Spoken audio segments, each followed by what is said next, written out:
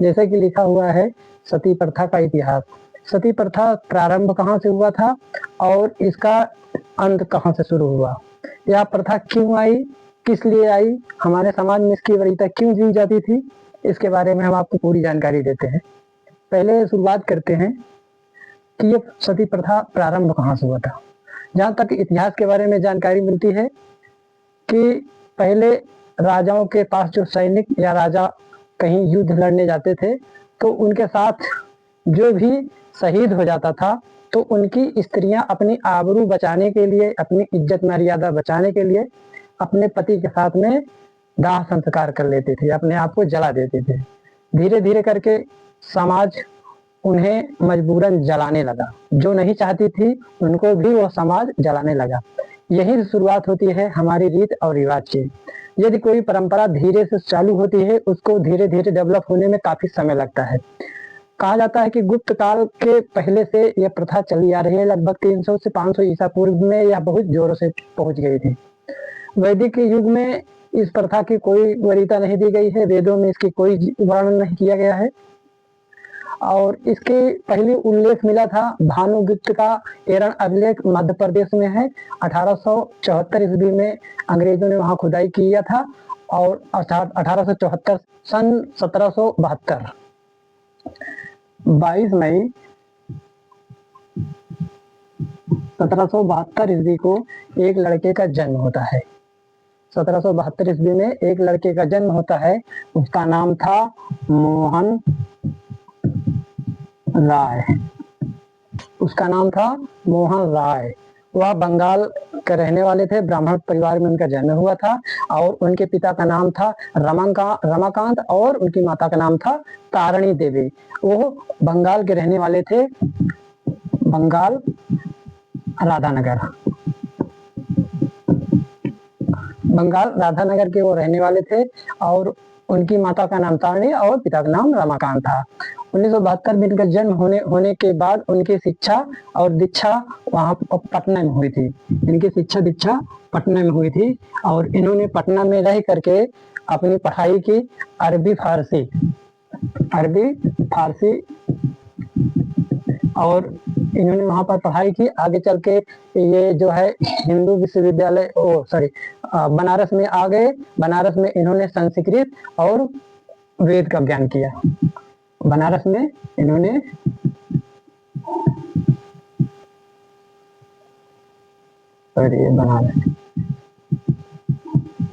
बनारस में इन्होंने संस्कृत और वेद का ज्ञान किया।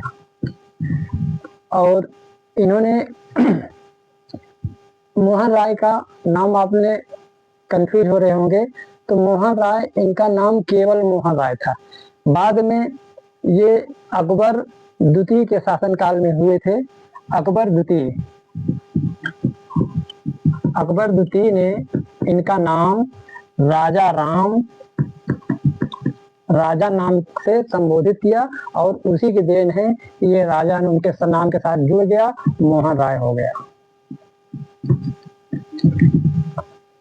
क्योंकि ये इनका नाम सिर्फ मोहन राय था, अकबर द्वितीय ने इनको राजा की उपाधि दी और मोहन राय हो गया। ये इनको पढ़ने में बहुत निपुण थे, तो इनको इस स्कॉलरशिप मिलती थी, छात्रवृत्ति जिसको कहा जाता है। स्कॉलरशिप के माध्यम से ये विदेश गए पढ़ने, विदेश से वापस लौट कर आए। ये अपनी भाभी से बहुत प्यार करते थे और इन्होंने 1803 ईस्वी में इन्होंने एक ईस्ट इंडिया कंपनी में दीवान के पद पे नौकरी कर ली। दीवान के पद पे नौकरी कर ली। दीवान के पद पे इन्होंने नौकरी कर ली 1803 ईस्वी में। और 1811 ईस्वी में इन्होंने अपनी दीवान की नौकरी को छोड़ दिया। ये नौकरी छोड़ दिया। नौकरी छोड़ने के बाद इनके साथ एक घटना हो गई। उस घटना से इनका दिल झकझोर उठा। 1811 ईस्वी में ही इनकी भाभी का निधन हो गया, इनके भैया का निधन हो गया, सॉरी, इनके जो बड़े भाई थे, ये दो भाई थे, इनके बड़े भाई का निधन हो गया। ये अपने भाभी से बहुत प्यार करते थे, तो इनकी भाभी को जब इनके भैया की अर्थी सजा करके ले जा रहे थे जलाने के लिए, तो इनकी भाभी को भी तैयार किया गया और उस चिता में जबरन उनकी भाभी को वो जलाने जा रहे थे समाज के लोग। तो इन्होंने उसको रोकने की बहुत कोशिश की, चिल्लाते रहे, लेकिन इनको लोगों ने पकड़ रखा था और वो बहुत चिल्लाते रहे, लेकिन इनके आंखों के सामने इनकी भाभी को जला दिया गया। तब से इन्हें बहुत क्रोध आ गया कि इस क्रूर प्रथा को हम जब तक जड़ से समाप्त नहीं कर देंगे तब तक चैन से नहीं बैठेंगे। फिर इन्होंने आगे जाकर विदेश में पढ़ाई की और भारत जब आए तो ये नौकरी छोड़ने के बाद ये 1814 ईस्वी में कुछ धर्म के प्रति उत्साहना की, अपना मतलब विचार प्रकट किया। धर्म समाज सुधार, परिवर्तन और एकलतावाद, ये इन सब के पीछे थोड़ा सा अग्रेसिव हुए, उसके बारे में थोड़ा जानकारी लिए और अपने विचार प्रकट किए। तब 1814 ईस्वी में इन्होंने धर्म के प्रति अपने विचार अभिव्यक्ति की और ये समाज में जो कुरीतियां है उसके प्रति ये कुछ अपनी बातों को व्याख्या के रूप में करने लगे। उसके बाद 1815 ईस्वी में इन्होंने एक स्थापना किया। 1815 ईस्वी में इन्होंने आत्मीय सभा का स्थापना किया। आत्मीय सभा का स्थापना किया। फिर ये बहुत प्रसिद्ध हो गए थोड़ा, तो इन्होंने धर्म के ऊपर कटाक्ष बहुत किए थे, धार्मिक जो कुरीतियां थी उसके ऊपर कटाक्ष किए थे। इन्होंने ईसा मसीह को भी नहीं छोड़ा। ईसा मसीह को के जो जन्म का अवतार माना जाता है, 1820 ईस्वी में इन्होंने ईसा मसीह के अवतार को खारिज किया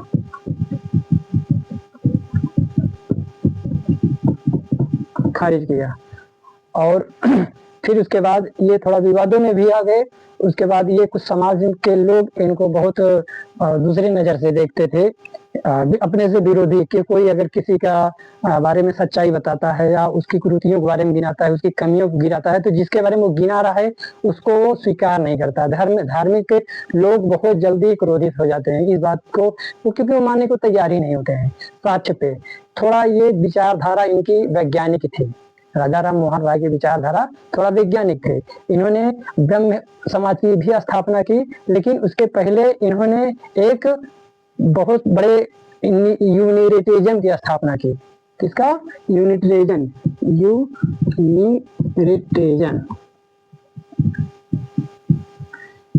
1825 ईस्वी में इन्होंने यूनिटेरिज्म की स्थापना की और इन्होंने उसमें पत्रकारिता के प्रति मतलब अपना जो भी लेख होता था वो छापते थे, लिखते थे। उनका लेख जो है लोगों में जाता था, तो उससे उनका क्रेज बढ़ने लगा।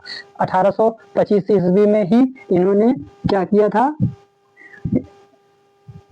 एक हिंदू विश्वविद्यालय की स्थापना की थी। हिंदू विद्यालय की स्थापना किया था। इस हिंदू विद्यालय में हिंदू विद्यालय या हिंदू कॉलेज, ठीक, विद्यालय और कॉलेज में थोड़ा अंतर होता है। विद्यालय छोटे बच्चों को कहा जाता है, कॉलेज जहाँ ग्रेजुएशन किया जाता है उसको कॉलेज कहा जाता है। हिंदू कॉलेज की स्थापना की और उसमें जो विषय था इनका सामाजिक विज्ञान और भौतिक विज्ञान, ये दो विषय उस विद्यालय में पढ़ाया जाता था, उस विद्यालय में रहता था। फिर उन्होंने 1828 ईस्वी में ब्रह्म समाज की स्थापना की।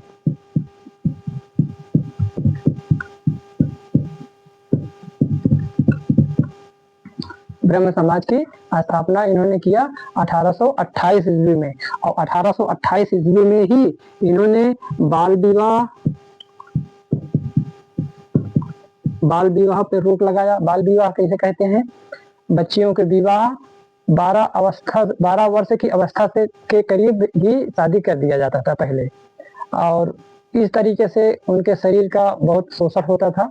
शोषण होने के डर से पिता पहले बहुत बच्चों की शादी बहुत कम समय में कर देते थे, क्योंकि कहा जाता था कि पहले के समय में उनकी बच्चियां जब से नौजवान हो जाती थी तो जो अंग्रेज थे या और जो हमारे यहाँ आक्रमणकारी आए वो उन बच्चियों को उठा ले जाते थे। इसके डर से उनके पिता कम उम्र में शादी करना शुरू कर दिया, लेकिन राजा राम मोहन राय ने इसे 1828 ईस्वी में बाल विवाह पर रोक लगा दिया, यानी कि बच्चियों के विवाह 18 साल के कम अवस्था से नीचे नहीं की, बाल विवाह पे पूरी तरीके से रोक लगा दिया। और एक इन्होंने क्या किया, एक विधवा विवाह,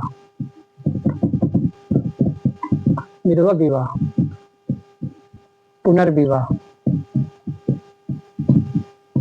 विधवा विवाह और पुनर्विवाह। पुनर्विवाह विधवा विवाह वह होता है जिसका पति मर जाता है या उसकी मृत्यु होने के बाद वह महिला दोबारा शादी नहीं कर सकती थी, उसे एक वैराग्य जीवन बिताना पड़ता था। तो राजा राम मोहन राय ने विधवा विवाह का आगे बढ़ाया और पुनः विवाह करने का अनुमति दी, और पुनर्विवाह जो दोबारा से अपनी शादी कर सकता है उसे कहा जाता है पुनर्विवाह। उसके बाद राजा राम मोहन राय ने एक और प्रथा चलाई, शिक्षा। पहले जो है महिलाओं को शिक्षा नहीं दिया जाता था, तो उन्होंने अपनी एक समान सोच के लिए संपत्ति का अधिकार और शिक्षा का अधिकार, महिला को शिक्षा का अधिकार और संपत्ति का अधिकार रखने का अधिकार। संपत्ति का मतलब जो अपने धन खुद अपने नाम से अर्जित करे उसे संपत्ति का अधिकार कहे जाते हैं, क्योंकि पुरुष प्रधान वर्ग देश था तो जितनी भी चीजें थी सब पुरुषों के ऊपर ही निर्भर रहती थी। इन्होंने वहां पर संपत्ति के अधिकार पर महिला को भी अपना एक मालिकाना हक दिलाया, महिला को भी हक दिलाया। इन्होंने शिक्षा और संपत्ति ये दोनों अधिकार कानून पास कराए, संपत्ति और शिक्षा के ये दोनों अधिकार इन्होंने पास कराए। और इनके जो विचार थे इनके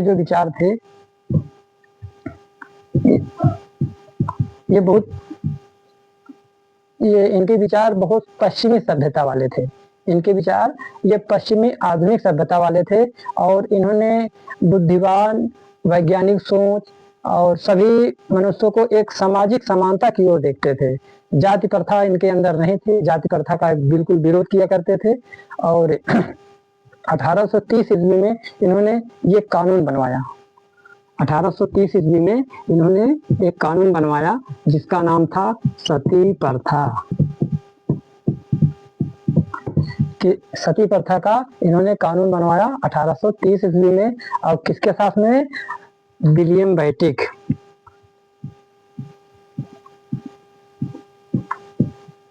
विलियम बेटिक के साथ इन्होंने कानून बनाया। वह जनरल थे, जनरल गवर्नर, वो जनरल गवर्नर थे। लॉर्ड विलियम बेटिक उनका पूरा नाम था। लॉर्ड विलियम बेटिक उनका पूरा नाम था, वो जनरल गवर्नर थे। उनके साथ में मिल करके 1830 ईस्वी में बंगाल में, कहाँ पे, बंगाल में इन्होंने बिल पास करवाया। बंगाल में इन्होंने बिल पास करवाया क्योंकि 1803 ईस्वी में बंगाल ही कलकत्ता जिसे कहा जाता है, कलकत्ता राजधानी थी।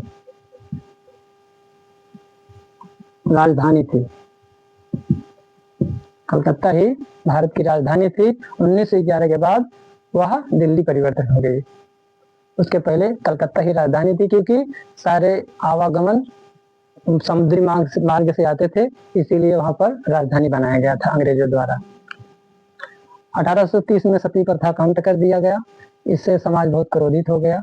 फिर भी कुछ लोग जबरन महिलाओं को सती करते थे, और इन्होंने जब ये कानून बनवाया तो अंग्रेजों ने इस पे एक प्रशासनिक अटैक किया कि यदि कानून में ये था, अगर यदि कोई जबरन करता है तो करने वाला भी दोषी है, और जो कर रहा है वो भी दोषी है, उसके खिलाफ दंडात्मक कार्रवाई की जाएगी। 1830 में इन्होंने बिल पास करवाया और इसे लागू करवाया। पूरे देश में इनकी ख्याति होने लगी। और उसके बाद फिर ये 1833 ईस्वी में 1835 ईस्वी में एक पुरानी सांस की बीमारी से इनकी मृत्यु हो गई। 1835 ईस्वी में इन्होंने सांस की बीमारी से इनकी मृत्यु हो गई। उसके बाद ये दुनिया से चले गए। इन्होंने भारत में महिलाओं के लिए, समाज के लिए, उनकी बुराइयों के लिए बहुत सारी चीजें की। ये आप लोग देख सकते हैं सीरियल से पूरा डिटेल में इन्होंने अपने भारत में क्या क्या किया, कितनी कुरीतियां थी, किस प्रकार से थी। आज वह समाज उसे स्वीकार करता। इसलिए आप समझ सकते हैं कि कोई रिवाज धीरे से प्रारंभ होता है और समाप्त होने में उसे थोड़ा बहुत समय लगता है। तो अंतिम जो महिला थी जिसको सती किया गया था, आप नहीं जानते होंगे, वो 1987 ईस्वी में राजस्थान के सीकर जिले की रहने वाली थी। राजस्थान के सीकर जिले की रहने वाली महिला थी। उसकी शादी महज 18 वर्ष की अवस्था में हुआ था। उसका विवाह 18 वर्ष की अवस्था में हुआ था और उसका पति 24 वर्ष की अवस्था में, वह 18 वर्ष की अवस्था में थी महिला और उसका पति 24 वर्ष की अवस्था में 4 सितंबर को उस महिला को सती कर दिया गया। 4 सितंबर को अंतिम बार 4